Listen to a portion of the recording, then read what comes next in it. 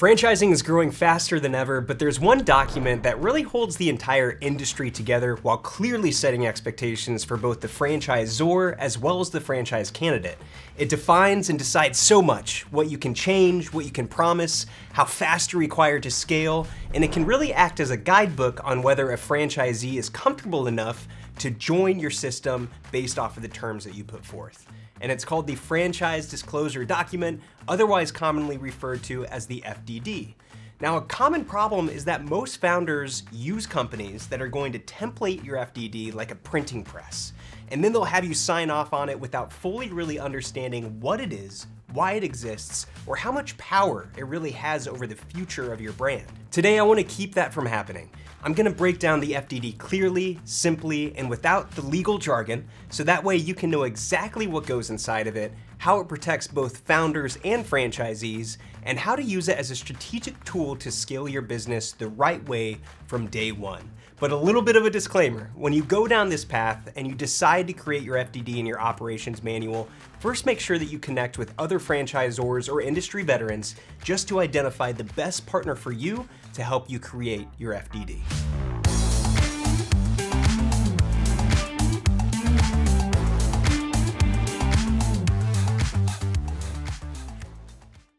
So before we get into what's inside the FDD, you have to understand where it came from and why it exists, because the history of the FDD explains why it exists, who created it, and what problem it was created to solve. And we gotta go way back to the 1950s and 60s when franchising first started exploding across America.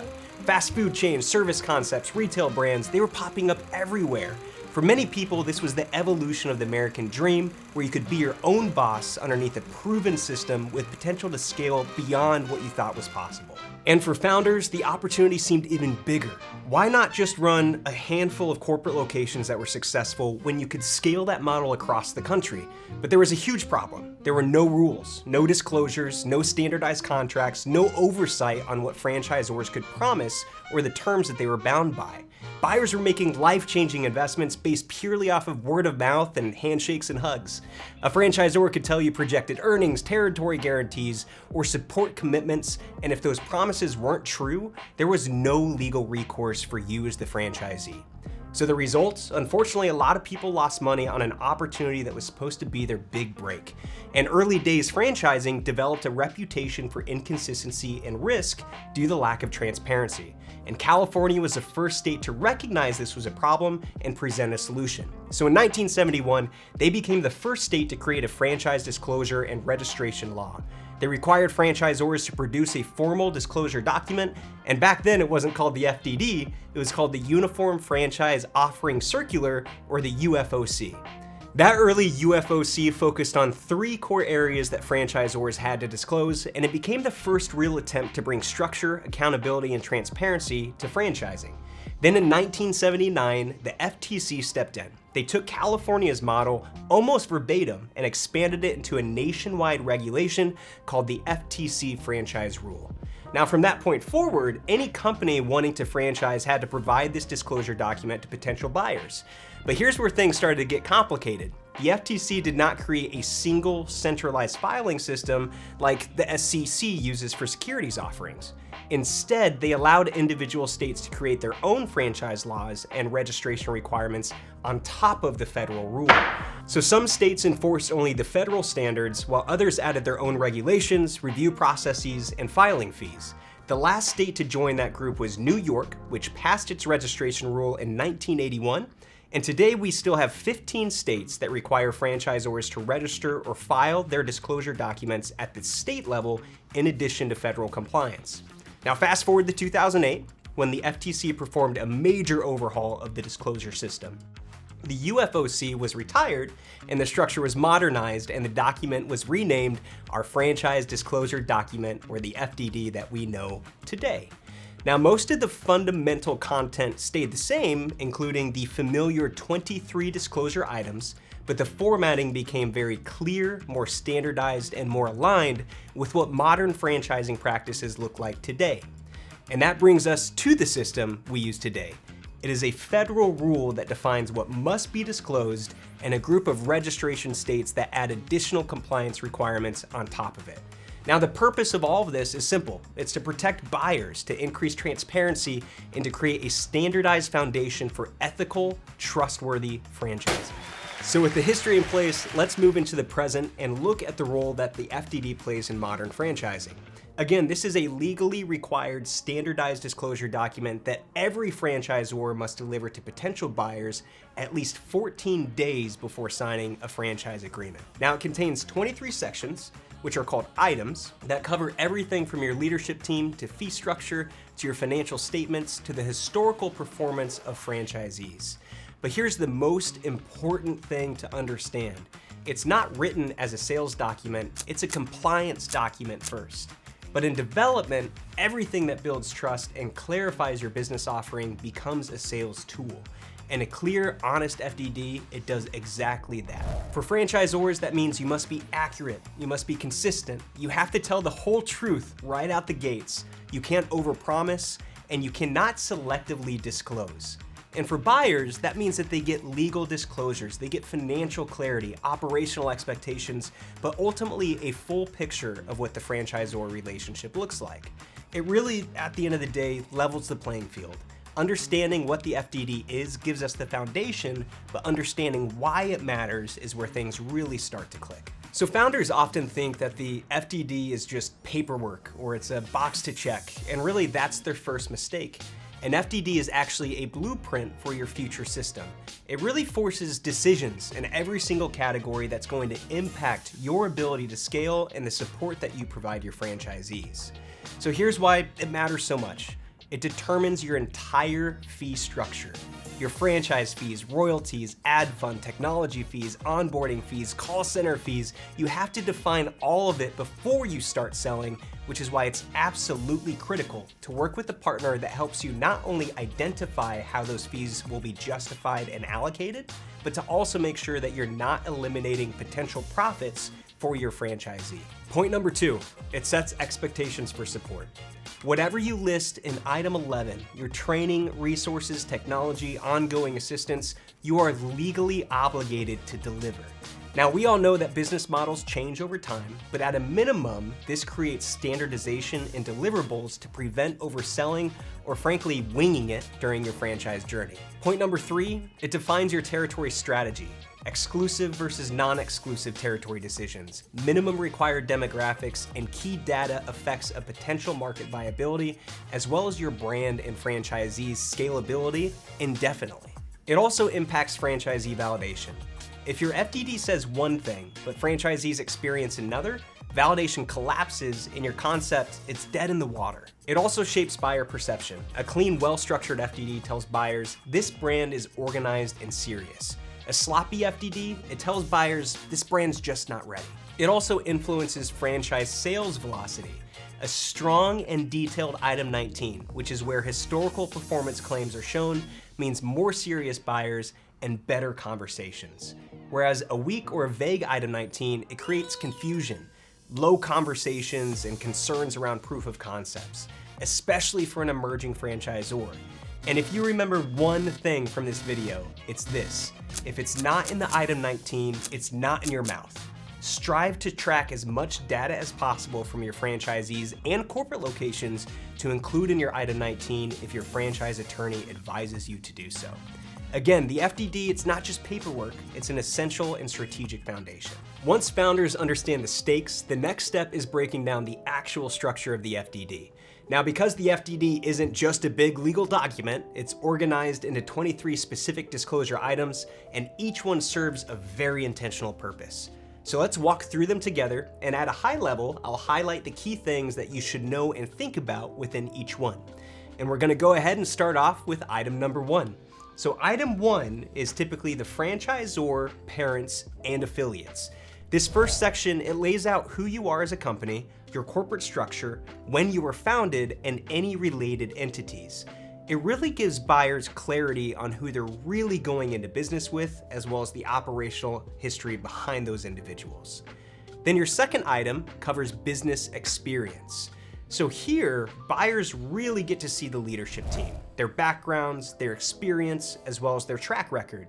As a buyer, I want to have confidence that the folks behind the brand know exactly what they're doing so that way I can have confidence that they're gonna help me be successful, and item 2 gives them that snapshot.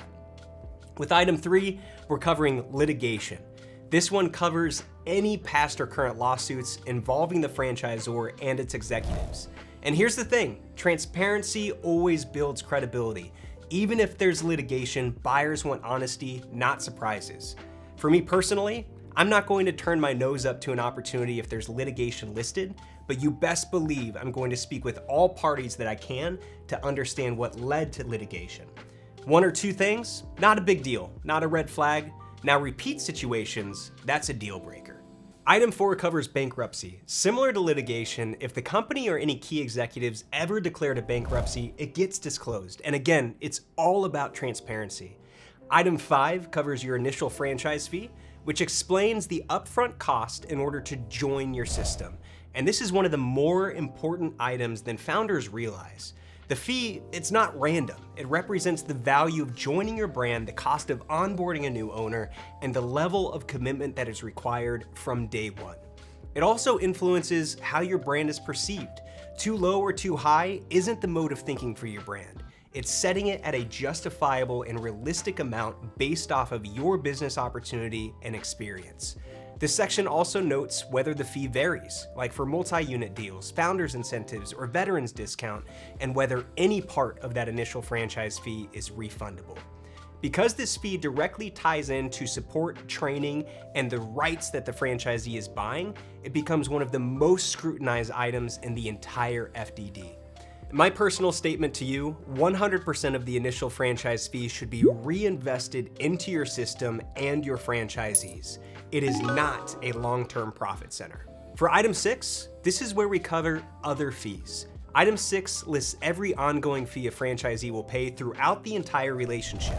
Royalties, marketing fund contribution, tech fees, training fees, renewal costs, transfer fees, audit costs, and more. It spells out the financial structure of your system. For your item 7, that's where we're covering the initial investment. Item 7 typically breaks down the initial costs as well as your first 3 months worth of operating expenses to open a franchise location.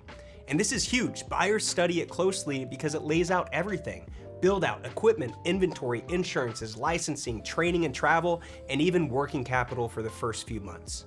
If your item 7 is inaccurate, rushed, or unrealistic, it creates major risk for the franchisee and eventually the brand as a whole. Lenders also rely on these numbers. Candidates compare them to competitors, and franchisees use them for financial planning, so a well-supported item 7, it shows maturity and transparency. And it's not just a cost table, it's a credibility test. It's important to update this number with intention as you enter into new geographies, as the initial investment will most likely change based off of region. Item 8 covers restrictions on sources of products and services. Say that 5 times fast. Restrictions on sources of products and services. Restrictions on sources of products and services. This explains what products or equipment franchisees must buy from approved vendors or the franchisor. It protects brand consistency and quality control while also leveraging system-wide discounts for your franchisees.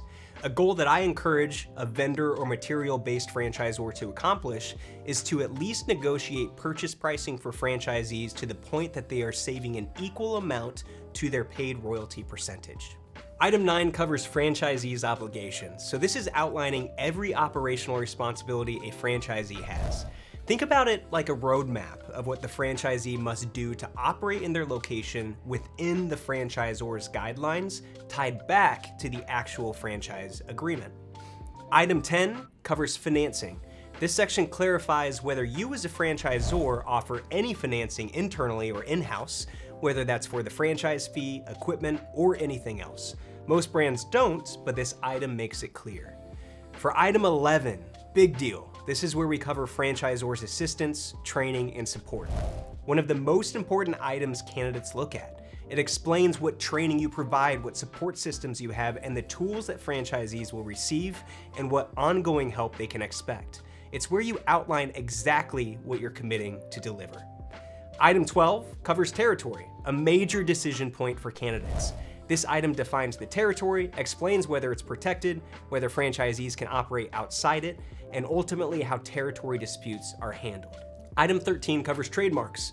This lists your trademarks and their registration status. Strong registered trademarks give buyers confidence in your brand's legitimacy as well as presence across the nation. Item 14 covers patents, copyrights, and proprietary information.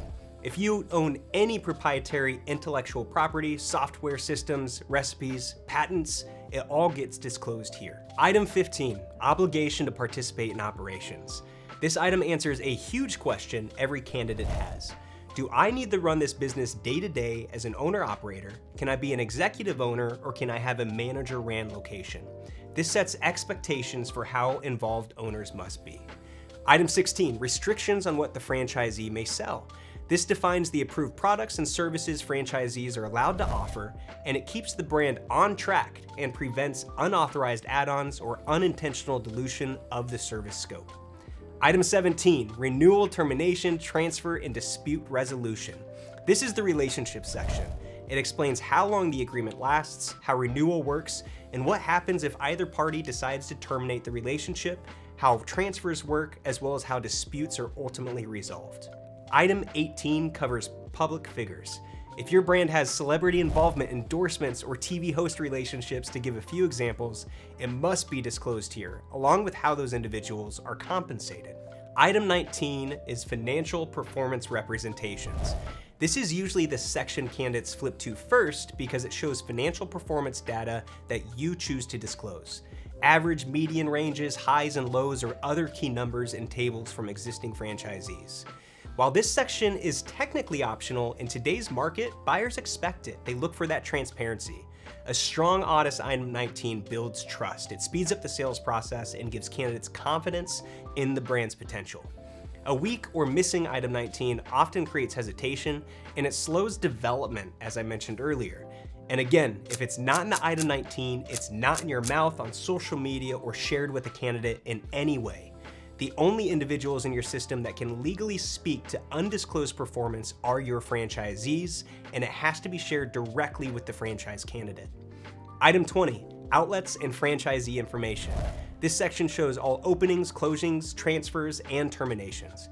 Candidates use this to judge the system's stability and performance trends. Much like litigation and bankruptcy, seeing one or two locations close are not generally a red flag, but it's important to be able to speak to when an event happened and why. Item 21 covers financial statements for the franchisor. These are audited financials of the ZOR, and buyers typically use them to assess the health and stability of the company that they are investing in. Item 22 covers contracts. So all the agreements the franchisee will sign, the franchise agreement, territory riders and addenda, software agreements, guarantees, and more. And finally, item 23 is simply the acknowledgement that the candidate received the FDD. Now, when you step back and you take a look at everything that we just walked through, you start to realize something important. The FDD isn't just paperwork. It isn't just a box you check so you can legally sell franchises. It is the foundation of your entire franchise system. This document forces clarity, it forces structure, it forces you as the founder to make decisions about your business that will impact every franchisee that joins your brand. And if you take it seriously, it becomes one of the most powerful tools that you have for scaling the right way from day one. The FDD exists for one reason: to create transparency and protect both sides of the relationship. It protects buyers from misinformation, and it protects franchisors from misaligned expectations. It creates a shared understanding of how the business works, what the franchisee can expect as a day in the life, and what you as the franchisor are committing to deliver. Great franchisors don't treat the FDD like a legal hurdle. They treat it like a roadmap. It's a strategic blueprint that outlines how their brand operates today and how it's going to grow tomorrow. The more thoughtful, accurate, and aligned your FDD is, the stronger your system becomes. And when your FDD is done right, when it reflects who you are, what you offer, and how your brand supports franchisees, you're going to attract better candidates. You're building better validation, and you're setting your entire network up for long-term success. So whether you're thinking about franchising your business or if you're already in the process, remember this: the FDD isn't the end of the journey, it's really the beginning. It's the moment when your vision as a founder becomes a structured, scalable, repeatable system on paper that others can confidently invest in. Treat it with the seriousness it deserves, and it will serve as the backbone of a franchise brand that grows, not just in size, but in strength, trust, and longevity. Now, if you found this breakdown and all this information helpful, make sure to check out the other videos on our channel. We've got deep dives into franchise sales, scaling strategies, and what it really takes to grow a franchise the right way. And if you're thinking about franchising your own business, that's what we do every single day. We help founders navigate this process with clarity and confidence. So go ahead, please like the video, subscribe to the channel, and if you're ready to explore franchising, reach out. We would love to talk with you and see if your brand's a good fit for our fast lane or carpool programs.